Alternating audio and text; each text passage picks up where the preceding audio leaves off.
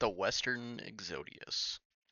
There was a time when moving west was supposed to mean freedom, cheap land, big houses, mountains outside your window, and enough space that you could actually build a life without living on top of everyone else. But for a lot of young Americans, including myself, that dream is starting to reverse itself. Instead of moving west, people are increasingly looking towards the South, Midwest, and parts of the East. Not because the West suddenly became undesirable, but because the cost of actually living here has become increasingly difficult to justify. And housing is probably the biggest part of this. Utah is a perfect example. The state government itself now acknowledges that Utah has a serious housing shortage and it's trying to target at least an additional 150,000 additional homes by 2028.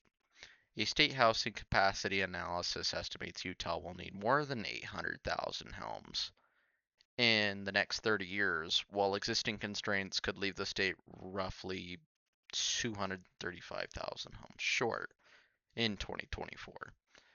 The Utah's median home price has been more than 4 times the median household income, and I assure you it's probably much higher than that, with a lot of the houses hitting close to 600,000.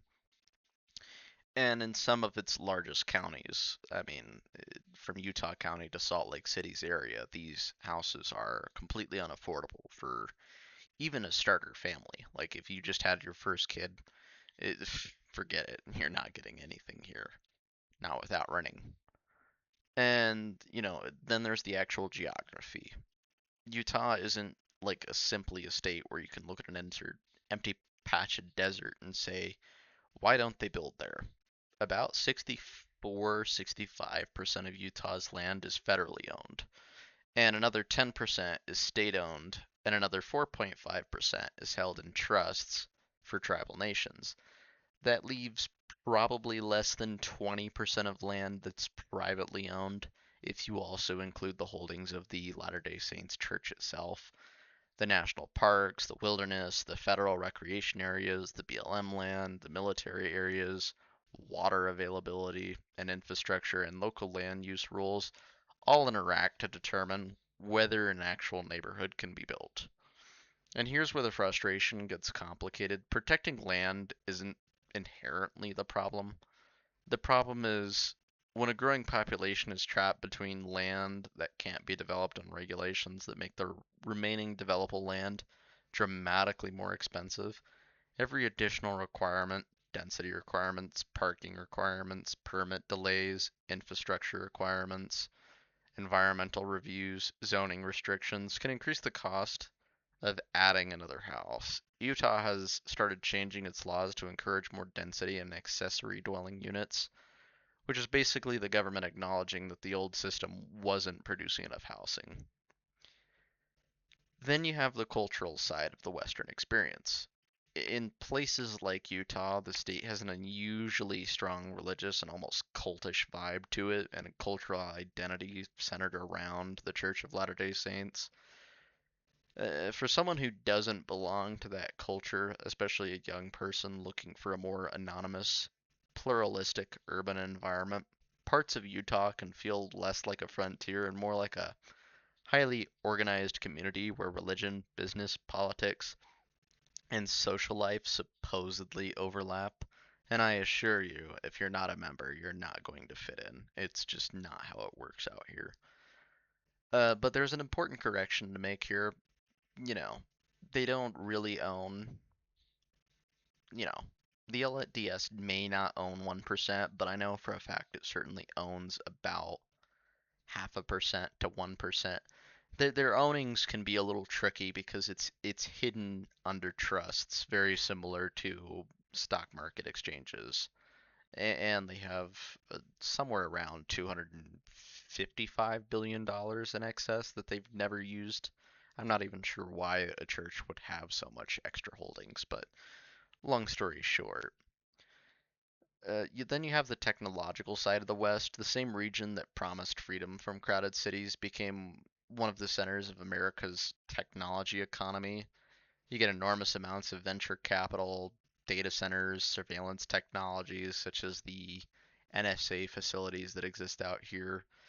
uh, the supposed remote work infrastructure, and basically housing markets that increased shaping high income technology workers. For some people that creates opportunity with those with degrees as well as understanding of these complex systems. But for most others, it creates a strange contradiction. You're living next to some of the most technology advanced companies in the world, but you can't afford the house, the rent, or sometimes even the land to necessarily participate in the economy you're surrounded by. And the migration numbers are beginning to make this more than just a feeling. The West has now experienced 5 consecutive years of losing residents to other parts of the country through domestic migration, heavily influenced by California's enormous outflow. I mean, it's like an exodus there just alone. And the South remains the fastest growing region, with South Carolina, North Carolina, Texas, Georgia, Tennessee among the major growth states. Utah itself is still growing about 1% from 2024 to 2025. So this isn't a story about everybody abandoning the West. It's about the West losing some of its ability to absorb the next generation at a price that people can actually afford. And ultimately, here's the irony. America spent generations telling young people to go west if they wanted opportunity, but opportunity requires somewhere to live. If the remaining land becomes too expensive, housing construction becomes too restricted, and the local economy becomes dominated by industries that raise the cost of living faster than ordinary wages, eventually people start asking a different question. Why am I fighting to live here? Maybe the next American frontier isn't farther west. Maybe it's places where a 25-year-old can still buy a house, start a business, and feel like it's actually somewhere with some room left to breathe and live a life. And unfortunately, unless you're a highly educated, perfect go body in the Mormon religion, you're not going to get very far in states like Idaho, Utah.